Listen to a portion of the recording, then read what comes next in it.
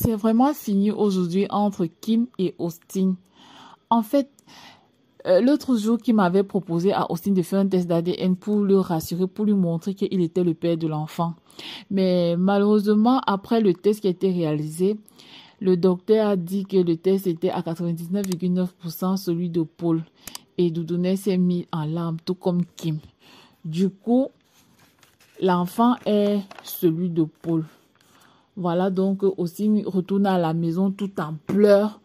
Kim qui revient aussi à son tour. Les deux sont en train de pleurer et leur petite fille qui demande « Mais pourquoi est-ce que vous pleurez? Dites-moi qui vous a tapé et moi je vais aller régler le compte de la personne. » La pauvre petite ne comprend vraiment rien. Elle ne comprend pas pourquoi ses parents sont en train de pleurer.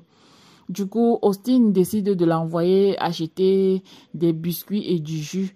Et une fois que la petite est partie, le gars a embarqué les choses de Kim et de son fils et les a jetés dehors. J'ai été vraiment surprise de la réaction de Doudounet parce que lui, c'était toujours l'opposé, qui essayait de comprendre. Il était toujours en accord avec sa femme. Mais le tout, sinon, lui-même, ça l'a dépassé. Il a fait fort. Il ne s'est même pas rappelé de tous les moments où il a trompé Kim dans la saison 2, où sa mère menaçait Kim. Il a même fait un enfant dehors avec Mélanie. Quand Kim a su, elle lui a pardonné. Mais aujourd'hui, là, Doudounet a tout oublié ça et a mis Kim et son fils dehors. Vous-même, vous pensez que... Vous ne trouvez pas que l'affaire, c'est un peu trop facile? Pour la fait, moi je me dis que le gars s'il a fait quelque chose et s'il avait payé le docteur pour que le docteur falsifie les résultats pour mettre Kim mal à l'aise, comme il a le mal de Kim, comme Kim ne veut plus le voir, de toutes les façons, l'avenir nous le dira.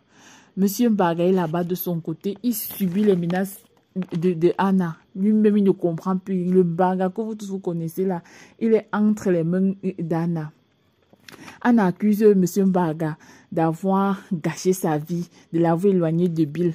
Parce que d'après elle, après le divorce de Bill et Sophie, Bill devait l'épouser. Donc c'est de la faute à M. Mbaga si Bill ne l'a pas épousé. Anna là, elle-même, elle a le gros cœur, maman. Elle a d'abord fait un enfant et dit à Bill que c'était son enfant, alors que c'était l'enfant du père de Bill. Et comme ça, elle a encore le courage de vouloir épouser Bill. Non, Anna, moi-même, je te donne les mains, ma copine. Tu n'as pas froid dans les yeux, toi Anna là. Et elle continue en voulant séduire Bill. Quand Bill vient chercher leur fille pour aller passer un peu du temps avec elle, elle se plaint que oh, tu regardes que ta fille, tu ne me regardes pas, tu ne me fais jamais des cadeaux, patati patata. Elle se lève, elle vient s'asseoir à côté de lui, commence à le toucher. Mais comme le gars est bloqué sur Sophie, son cœur ne bat que pour Sophie. Le gars l'a stoppé, il te dit que si tu veux pas aller apprêter l'enfant pour que j'aille avec elle, je vais seulement partir avec elle. Je vais seulement partir avec elle comme ça. Il ne la gêne même pas. Sa tête, c'est pour Sophie. Bill là, lui, il y a encore mot Sophie. Monsieur Baga a quand même pu s'en sortir parce que il a pu détourner l'attention de la police sur l'histoire du faux acte qu'il a fait signer Anna et Bongué. Donc pour l'instant, ils sont libres. Mais pour combien de temps? On ne le sait pas. Point d'interrogation. En ce qui concerne Sophie et Roger, l'amour est plutôt mou de leur côté. Comme Roger s'est plaint que Bill suivait un peu trop Sophie, il était un peu fâché là.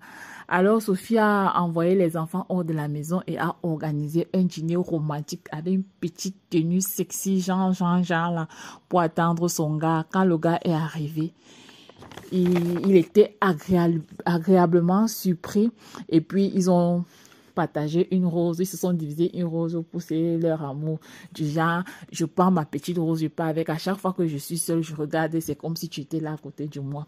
Qui dit que l'amour n'est pas bien? Maman, l'amour est bien. Cependant, la guerre continue entre Sophie et sa sœur. En fait, qu'est-ce que Béa a fait? Béa a pratiquement volé tous les clients de Sophie, si on peut dire comme ça. Elle a baissé les prix chez elle. Elle a sorti une stratégie marketing du genre, elle a baissé les prix. Du coup, tous les clients qui mangeaient chez sa sœur Sophie se sont dirigés vers son restaurant et Sophie n'arrive pas à avaler la pilule. Elle est partie voir sa sœur pour lui demander les explications. C'est une stratégie marketing, Sophie. Elle a attaqué, cherche seulement à contre-attaquer pour pouvoir rentabiliser ton établissement. Et en même temps, c'est vrai que l'enfant reste l'enfant, mais quand l'enfant va un peu grandir, il ne grandit pas une fois. Il tombe, il s'élève, il retombe. Elle a fait des erreurs, tu as fait des investissements, ça n'a pas marché, mais donne-lui une dernière chance, comme on dit souvent. Et puis, si ça ne marche pas là, tu auras tout essayé. Laisse-le un peu voler de ses propres ailes. Et toi, Béa, tu trouves que ta soeur est ingrate, hypocrite, tu veux toujours qu'elle travaille pour elle. En fait, elle a seulement peur parce que toi-même, tu connais tout ce qu'elle a fait pour toi, mais il n'y a pas eu de résultat. Donc, c'est cette peur-là qui habite Sophie. Voilà. Et le meilleur pour la fin, c'est monsieur Ekwala. Comme Passy aime bien le dire. Comme il a demandé les oui à Passy, Passy a dit que non, j'ai mes principes de mère célibataire, rien ne se passe dans ma maison, rien. Si tu veux les oui, on part chez toi. Le gars débarque chez Passy et mon frère, il dit que ok, comme Passy me joue au juge, je vais prendre donc sa nounou. Et il part vers la nounou, il commence à faire les avances à la nounou. Ouais, vous les hommes. Petite patience comme ça, là, vous n'avez pas. Tu n'as pas pitié de l'enfant, là. Et si l'enfant, là, perd son travail, tu as fait comment? Tu as les connexions, tu vas lui trouver le travail. Il prend sa main, il dit que je suis un bon gars. Tu sors avec un gars comme moi, comme ça, tu vas manquer de quoi? Je vais te trouver un meilleur boulot. N'aie peur de rien. La petite, elle a peur de perdre son boulet. Et pendant qu'ils sont en train de causer comme ça, bam, voilà Passy qui entre chez elle. Est-ce qu'elle a vu le jeu qui s'est passé là? Est-ce que Passy s'est rendu compte que son gars était en train de faire les avances à sa nounou? En tout cas, regardons la suite de la série ensemble et on saura si Passy a vu ce qui est en train de se préparer entre Ekwala et sa nounou. De toutes les façons, vous connaissez les femmes, non? Quand le gars est beau, charmeux et tout là, peu importe la résistance qu'il y a au début, elle finit toujours par tomber. Donc, on attend de voir la réaction de Passy quand elle saura que Ekwala est en train de faire les avances à sa nounou. À plus pour de nouvelles vidéos.